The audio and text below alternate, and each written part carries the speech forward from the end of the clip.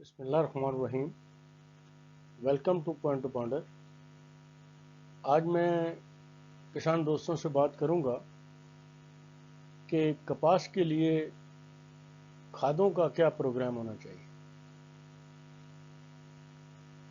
अब जैसे मैं हर वीडियो में कहता रहता हूं कि हमारी ज़मीन कम हो रही है, आबादी ज़्यादा हो रही है, लिहाजा हमें अपनी जो ज़मीन हमारे पास है उससे ज़्यादा पैदावार जो है वो लेनी है और हमें अपने जो रवायती तरीके हैं काश्तकारी के वो उनसे हटकर अभी हमें मॉडर्न जो काश्तकारी है उसके ऊपर जाना है, बग़ैर ज़्यादा ख़र्चा किए हुए सिर्फ प्लानिंग जो है उसकी हमने करनी है।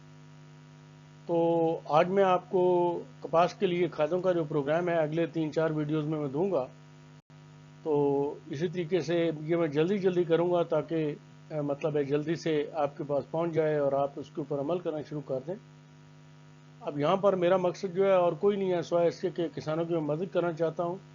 अदरवाइज़ भी आप देखें, अगर मेरी वीडियो जो कि मैं एनालिसिस करता हूँ तो अगर लेट से कि जी 100-200 बंदा जो है उसको देखता है तो जो एवरेज टाइम होता है वो कोई मतलब है 30 सेकेंड आधे मिनट का होता है। तो इस तरह बात नहीं बनती। आप वीडियो को पूरा देखा करें ताकि आपको इसमें फ़ायदा जो है वो आप हासिल कर सकें। मेरा मकसद कोई ये को मैं रवायती यूट्यूबर नहीं हूँ या मैं कि वीडियो से बना के तो मैं को अपनी रोज़ी कमाना चाह रहा हूँ या पैसे कमाना चाह रहा हूँ। नहीं, ऐसी कोई बात नहीं। ये जो है ये सिर्फ किसानों की मदद के लिए ये चीज़ जो है मैंने शुरू की है। जो कुछ मैं जानता हूँ क्योंकि मैं ख़ुद भी खेती बाड़ी करता हूँ और उसके बाद जो है मैं थोड़ी रिसर्च करके कोई जो चीज़ मुझे नहीं पता होती तो मैं दोस्तों से पूछ लेता हूँ, लिटरेचर पढ़ के मुख्तलिफ़ किस्म के और जो एक्सपीरियंस ज़मींदार हैं उनसे। तो उसके लिए मैं जो किसान भाई हैं उनकी मैं मदद करता हूँ। अच्छा, एनीवे, तो अब जो है ये सबसे पहली बात जो है खादें इस्तेमाल करने से पहले हमें देखना ये है कि जी हमारे पैदावारी अहदाफ का कौन कितने हैं या कौन कौन से हैं। तो ऑब्वियसली जो पैदावारी अहदाफ हैं उसमें सबसे पहली बात यह है कि जी हम ज़्यादा से ज़्यादा पैदावार लेना चाहते हैं कि जी 40 मन, 50 मन, 60 मन, 80 मन, 90 मन, 100 मन या इससे भी ज़्यादा तो उसके मुताबिक हमें खादें जो हैं उसका प्रोग्राम मैं आपको दूंगा और मैं आपको बताऊंगा।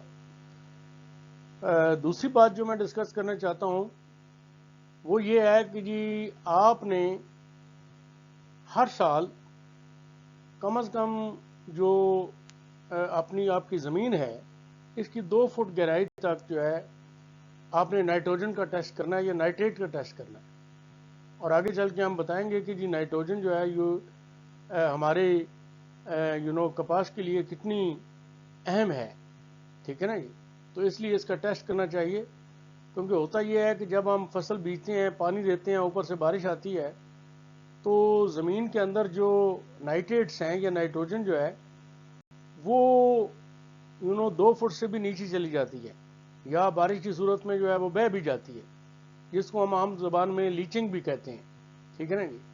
तो उसका टेस्ट जो जब हम कराएंगे तो हमें पता चलेगा कि भाई हमारी ज़मीन के अंदर ये नाइट्रोजन जो पहले से है वो कितनी मौजूद है और फिर फर्दर जो हमें कितनी डालनी है, क्योंकि कपास की फसल के लिए सबसे ज़्यादा चीज़ जो कारआमद है या जो चाहिए होती है वो नाइट्रोजन है। वो आगे चल के मैं बताऊंगा अगली जो वीडियोस हैं कि किस तरह आपने डालनी है, कितनी आपने डालनी है। उसके बाद जो बाकी नामियाती मादा है ज़मीन में आपकी, उसमें भी जो है वो आपने हर 2 साल बाद उसका टेस्ट जो है वो करवाना है। ठीक है। अब अगली बात जो मैं करना चाहता हूँ ये थी कि नाइट्रोजन की लेट से कमी होती है आपकी ज़मीन में तो उसका फसल के ऊपर जो है क्या असर पड़ता है। तो सबसे पहली बात तो ये है कि जी पत्तों का जो साइज़ है वो कम हो जाता है, वो छोटा हो जाता है। ठीक है। जब पत्ते छोटे हो जाते हैं तो आगे आप देख लें फूल और डोडे और वो क्या होंगे। इसी तरीके से जो डोडे हैं वो कम पैदा होते हैं। डोडे जो हैं वो नाइट्रोजन की कमी की वजह से गिरते भी हैं, और उसके बाद जब डोडे कम पैदा होंगे और वो गिरेंगे भी तो ऑब्वियसली पैदावार जो है उसमें कमी आएगी।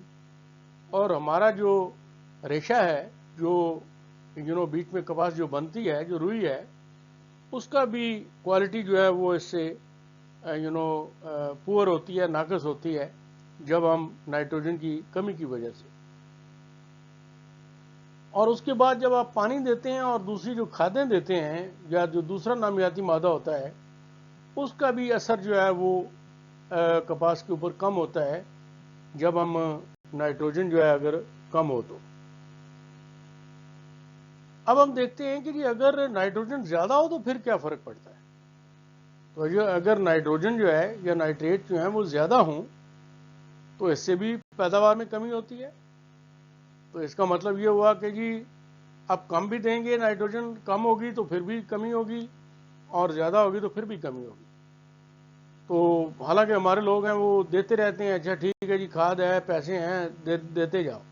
ये इसी तरह ही है कि जी आप बहुत अच्छा खाना भी खाएं और अगर आप ओवर ईटिंग कर लेते हैं तो उसी वक्त आपको क्या आ जाती है, तो बजाय इसकी कि आपका फ़ायदा हो वो नुकसान हो जाता है।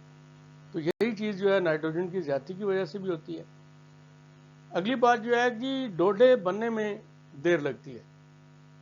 ठीक है, डोडे जो हैं वो उसके देर से बनते हैं क्योंकि कद जो है वो बढ़ता जाता है। और हमारे कुछ भाई जो हैं ज़मींदार, वो कहते हैं देखो यार मेरी कपास इतनी बड़ी अच्छी खड़ी हुई है, इसका कद भी बड़ा है, पत्ते जो है वो भी बहुत यू नो बड़े हैं, तो बड़ी अच्छी फसल खड़ी हुई है, गहरी है, काली है मेरी जो कपास है। तो नहीं, ऐसी बात नहीं है। इसमें कद का जो है वो मुनासिब होना चाहिए, ना कम होना चाहिए ज़्यादा और ना बहुत बड़ा होना चाहिए, वरना आपकी पैदावार जो है वो कम होगी। तो इससे क्या होता है कि जी फिर डोडे जो हैं एक तो देर से बनते हैं और दूसरे जो हैं वो गिरना शुरू कर देते हैं, ज़्यादती की वजह से भी, सो कमी की वजह से भी और ज़्यादती की वजह से भी। और साफ जाहिर है इससे फिर रेशा जो है उसकी जो क्वालिटी है वो भी नाकस होती है, तो कमी की वजह से भी, ज़्यादती की वजह से भी। और इसके बाद जो अगली बात है वो ये है कि कीड़े जो है वो इसमें पैदा हो जाते हैं। जो अगर नाइट्रोजन की ज़्यादती हो तो उसमें कीड़े हो जाते हैं, फिर आप स्प्रे करना शुरू कर देते हैं कि जी अब ये कीड़ा हो गया, वो कीड़ा हो गया, तो इसका स्प्रे बताएं। और उसके बाद जो है कि डोडे जो हैं ये देर से फूटते हैं क्योंकि उसने कद के ऊपर जोर दिया हुआ है। एक तो देर से बनते हैं, फिर उसे देर से फूटते भी हैं। और इसी तरीके से जो पत्ते हैं वो भी गिरते हैं ऐसे। जब हमने कहा था कि कम है तो पत्तों का साइज छोटा हुआ था, ठीक है ना जी। और यहाँ पे जो है ये पत्तों जो है वो झड़ते हैं जब ज़्यादा हो जाए तो। और अगली बात इसके अंदर ये है कि जो अगर नाइट्रोजन आप यानी खाद जो है ये यूरिया बहुत ज़्यादा देंगे तो आपकी ज़मीन जो है उसकी ऊपर तय जो है वो भी आलूदा हो जाती है और पानी आपका जो है वो भी आलूदा हो जाता है, और वो पौधे के लिए कोई अच्छी बात नहीं होती। तो बात यह है कि ये आज मैंने सिर्फ इतनी बात करनी थी, और मैं ये वीडियो इसलिए छोटी बनाता हूँ क्योंकि अब सारी चीज़ें जो है इसी में कवर कर लें तो मुझे पता है वो एक आध मिनट के बाद जो है वो आप देखते नहीं हैं। तो आज मैं इतनी बात ही करूँगा और उसके बाद मैं आपको बताऊँगा कि जी जो खाद है ये आपने कैलकुलेट कैसे करनी है और देनी कैसे है।